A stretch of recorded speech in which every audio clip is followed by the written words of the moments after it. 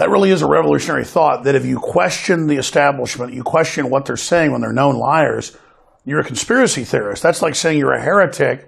Okay, well, if we're a heretic against the system, I guess we're a heretic against the devil. Because this system, undoubtedly, you couldn't call it good. And from my research, that's my concern. The 5%, the 1%, the 1/10 of 1% that actually run and control, manipulate things, they believe they're going to end up winning. They believe that they're getting ahead of people by keeping folks dumbed down. But common sense shows, and just my gut tells me, you don't screw people over and then long-term get away with it. It comes back on you. And I think the people serving this system are some of the most deceived out there, because they know how the world really works, but they've decided to basically try to screw over their fellow humans as if they're going to get ahead by doing that. I mean, just anybody who's God-fearing in their gut level has to know that's a lie. Well, Mr. Jones, in reality, there are those who go along to get along. And there are those who will take money or position or promises of nearness to power to become an instrument of power. They know what they're doing, but they do not know the vast evil that they are a part of. So the Honorable Elijah Muhammad, my teacher, said, we are living now in a very dangerous time. He said there never has been a time where on the earth there is 100% dissatisfaction. Whites are dissatisfied. Blacks are dissatisfied. There are Jews and Gentiles that are dissatisfied. Well, what is creating the dissatisfaction?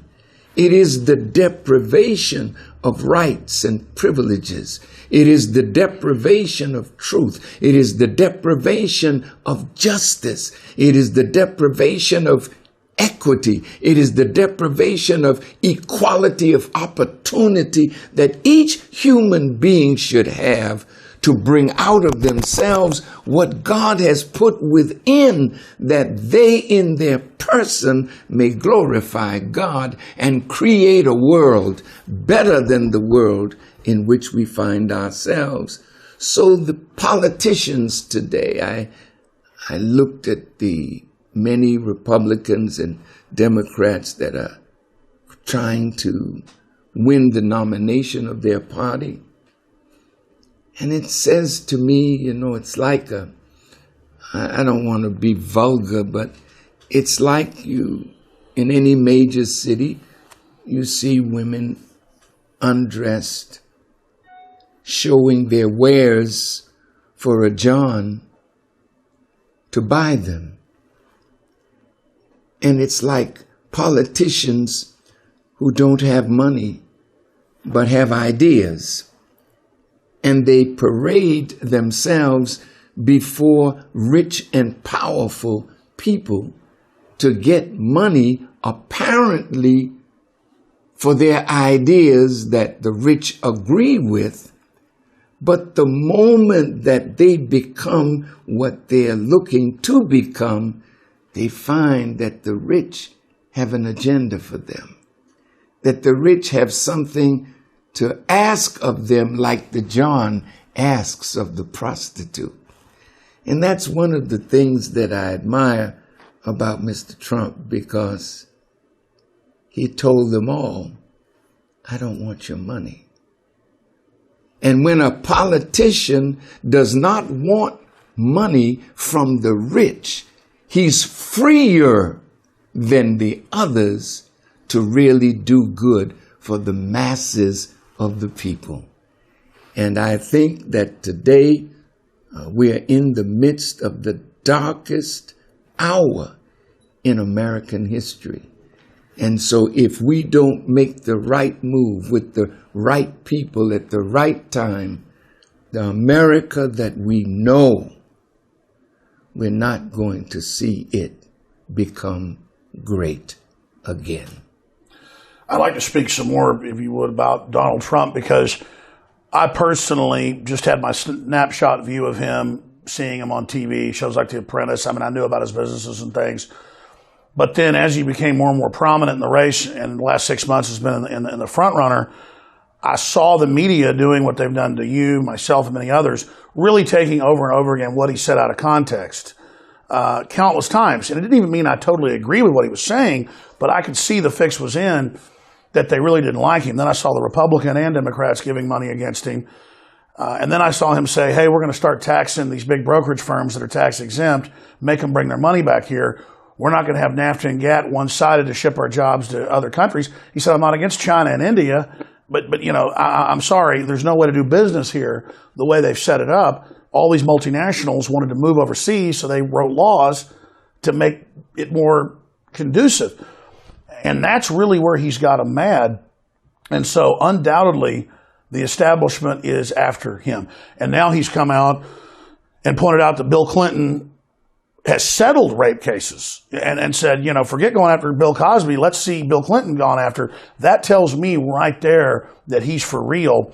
And then talking to some of his high-level campaign people, they talk about the fact that Trump used to, and he told me this on air, he used to just be focused on business and life. He's just now, the last few years, looking into what's happening and finding out the country's been sold out. I'm not trying to even fully endorse Trump here. All I know is the anger of the power structure towards him is real. And so I think everybody should investigate more why that is. And I think it's because he does get on the stage and says, listen, I'm not going to lie. I bought all these people on this stage. That's just how this country works. I don't want to do that. So from your experience in all, you know, tracking the media, experiencing demonization campaigns, it's a big deal to have Louis Farrakhan come out and say, the Honorable Minister Louis Farrakhan come out and say, hey, we should look at Trump. Can you flesh that out and elaborate? Because undoubtedly, they're going to try to, you know, take that and then twist it. Well, I said recently that if the American people voted for Trump, he could take them into the abyss of hell. He's free. He's rich. He hates political correctness, and rightly so.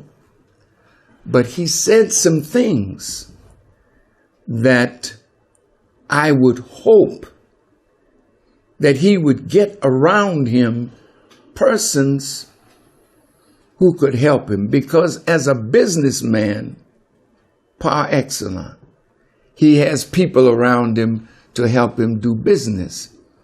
But if he says, let's go in to Iraq and take the oil, that puts him in the class of those neoconservatives who had a project for a new American century. And they wrote to Bill Clinton and Trent Lott, and they talked about attacking Iraq and taking out Saddam Hussein, not just because he may be in their eyes a dictator and was once on the payroll of the CIA in the war against Iran and Ayatollah Khomeini, but he had become a thorn in their sides, and they wanted to get rid of him. He kind of become a Trump. He was doing his own thing. Yes. That was his crime. And that is the crime of those who refuse to come under the control of the IMF or the World Bank, who send these people like Mr. Perkins in his book, The Tales of an Economic Hitman, who would go into a small country and tell them how they could improve this and that, but they would have to borrow money. When I was in Nigeria, President Abacha told me that they came to him and offered him billions of dollars to loan.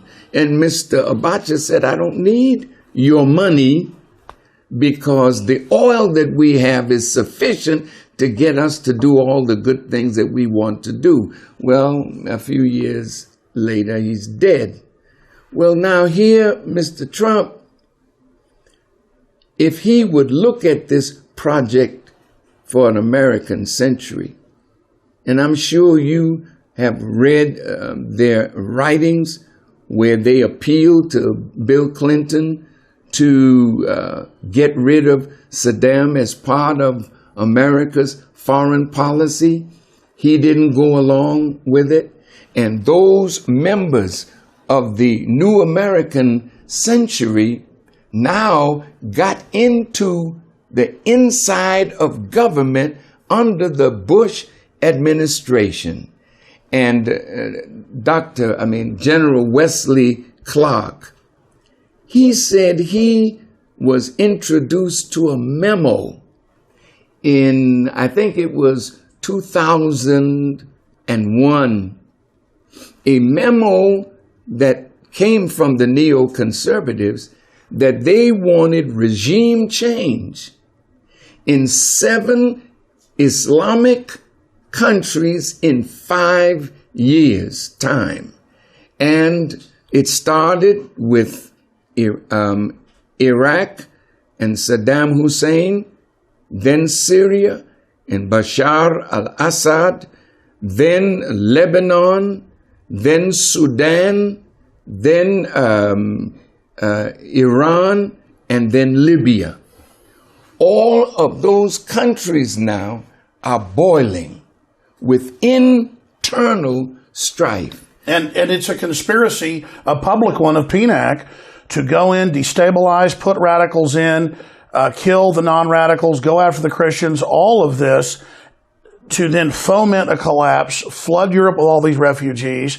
Some of them will end up being attackers, and then you get an even bigger war on Islam. It's all part of that master plan. You're absolutely right. Trump contradicts himself, and I don't think through being ungenuine.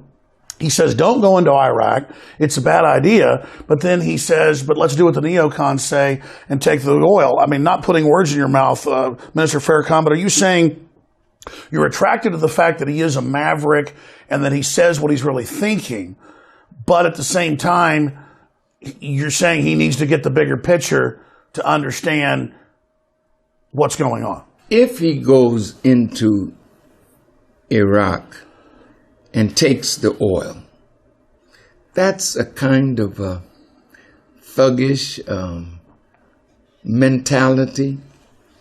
America has the power to do these things, but it will not bring the results that America desires. Bush and the neocons, when they went into Iraq, I warned President Bush that what you are doing and the way you are doing it, you will increase terrorism, you will not diminish it.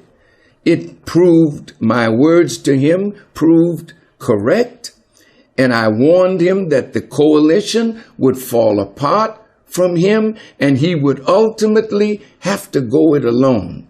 Now here is our president. Now I'm talking about Barack Obama, because the job that President Bush started was not finished.